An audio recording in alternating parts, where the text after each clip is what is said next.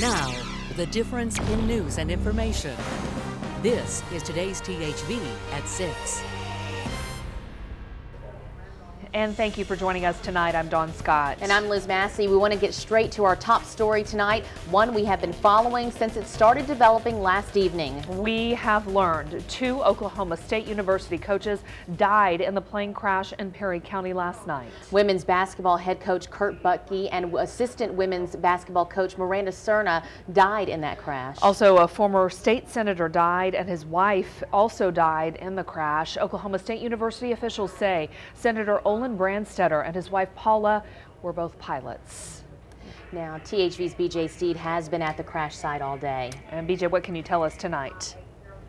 Well, guys, I don't think anybody here in the state nor Oklahoma expected this going into the weekend.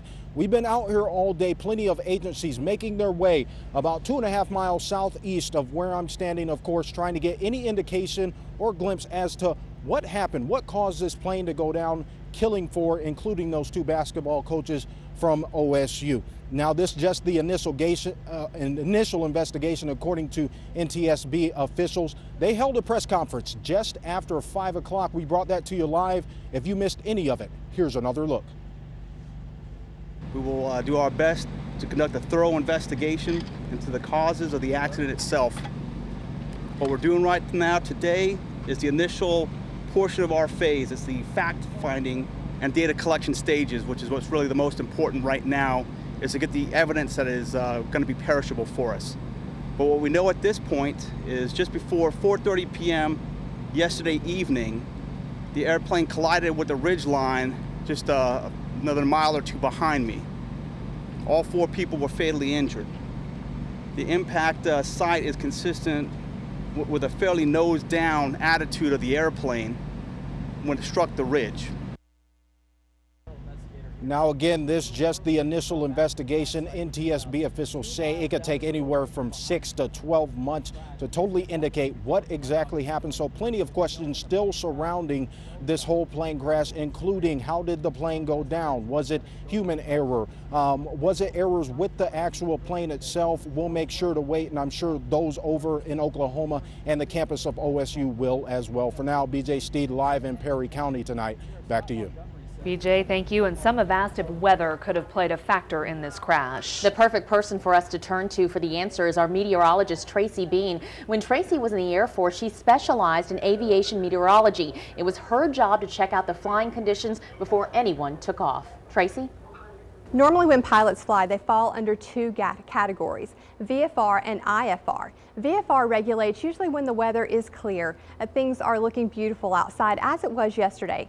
IFR actually falls under categories where visibility is less than 3 miles and the ceiling heights are just a little bit lower. Now, a lot of the newer pilots, when they do fly, can only fly under VFR category, so we'll have to see what category these pilots actually fell into.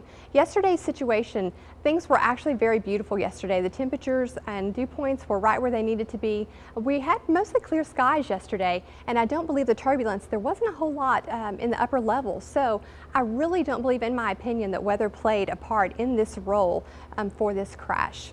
Back to you guys. All right, and something else that we have been looking into today, Wes, who were these coaches recruiting here in Arkansas? Mark Edwards and I have been looking into this part of the story all day. The junior girls basketball class in the state of Arkansas is loaded with talent. We learned Coach Buttke and Coach Cerna were recruiting 3 different players in the Little Rock area.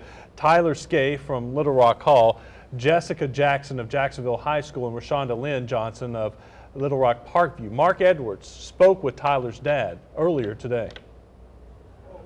Tracy Scaife joins me now. Tracy, your daughter Tyler is one of the most heavily recruited girls basketball players in the country. She, Coach Buttke and Coach Cerna both were in close relations, but according to you, this relationship was more than about recruiting. You knew Coach Cerna, Coach Buttke on a personal level.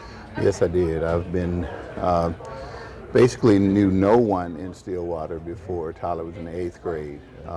Right after the 8th grade, before the 9th grade, I had an opportunity to meet Miranda Cerna. And she saw Tyler at a couple of events, Nike showcase events in Chicago, Illinois, and on into New Orleans. So I've established a relationship with her over time. outstanding woman, outstanding recruiter. Had an opportunity to meet Coach Budke shortly thereafter, and for 3 years they've spent time with us on the phone and coming to watch her play and that type of thing, and have been really doing an outstanding job of recruiting her. And this is a tragedy that happened today, an absolute tragedy. And I understand that you know, up until yesterday, the two had texted. You did text each other all the time, but you saw some of the text messages from yesterday. Well, it really wasn't text messages. It's against NCAA regulations to text one another, but they were actually on Facebook. Oh, okay. That they are allowed to Facebook with athletes or recruiters at that, you know, when they become a junior in high school. So I just didn't know that had occurred yesterday, but after the tragedy today, Tyler and I spoke, and she said, Dad, you know, we were speaking yesterday on Facebook, and she showed me some of the text messages, and, you know, basically Miranda was just telling her that she has to be a coach on the court, make her teammates really depend on her. They really need her leadership and that type of thing, and go out there and be the champion that she is. She was always encouraging to Tyler. She saw a lot in her, and I guess that's why she went to such great lengths to recruit her. Now, Oklahoma State was actually one of the schools that was being considered. Oh, definitely, yes, they were. Like I said, and primarily because of the Coach Cerna and Coach Budke and the coaching staff at OSU. I mean, they just really spent a lot of time recruiting her. I mean, they were just always there. And it's kind of hard to ignore them. And, you know, I felt comfortable with her when we visited OSU with the facilities and with just the family environment that they have there. So we got about 15 seconds. How's Tyler doing, and how was she responding? She was very hurt this morning. She feels gotten a little bit better throughout the day. She didn't want to come in today to be interviewed, but my number one goal now is to make sure that she's okay. Tracy Scaife, thanks for joining me. Thank you. Appreciate it. Thanks for coming in. All right, thank you. All right, thank you, Mark. This has been an emotional day throughout the entire sports world, Wes, and officials at Oklahoma State University held a press conference earlier today. You can see how devastated that campus was, too, in that press conference. School President Burns HARGIS called this the worst nightmare.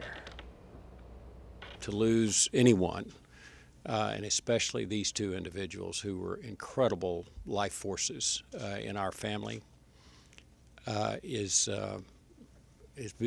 worse beyond words. HARGIS said Budke was everything you wanted in a coach. He said Cerna was the first person in her family to go to college. He called both beautiful people. Associate head coach Jim Little will be the interim head coach. He spoke very emotionally today about how much Coach Budke loved OSU. Coach Budke was a ball coach. You know, what he did to turn this program around is unbelievable. That's not important right now. What's important is he was a father figure to these kids. The university has canceled this weekend's women's basketball games. Coach Littell says the players are devastated. And unfortunately, this isn't the first time OSU has dealt with something like this, Wes. Yeah, 10 years ago, 2001, 10 people involved with the men's basketball team died in a plane crash. Team members and school officials were in Colorado for a game. And their plane crashed in a pasture shortly after takeoff from an airport near Boulder. It killed 2 players, a broadcaster, and several others associated with the basketball program. And I can remember going to see Eddie Sutton, the coach of Oklahoma State University men's team, just 4 years after that. Remember, we did that extra on Eddie Sutton, and when I got back to Little Rock, he calls to see if I had gotten back safely. So that told you that that was still in his mind, top of mind, to check on the safety of the people that were there. And the thing that struck me today was last night was a celebration of women's college basketball here in Central Arkansas when you had the defending national champions from Texas A&M playing the UALR Lady Trojans. The city and the area was excited about women's college basketball, and at that same time we didn't know yet they had been involved in this plane crash. 2 very important people in college basketball that have friends all over the college basketball community. Actually, that happened so close, but is affecting worlds so far apart and yet together today, joined by this tragedy. Dawn.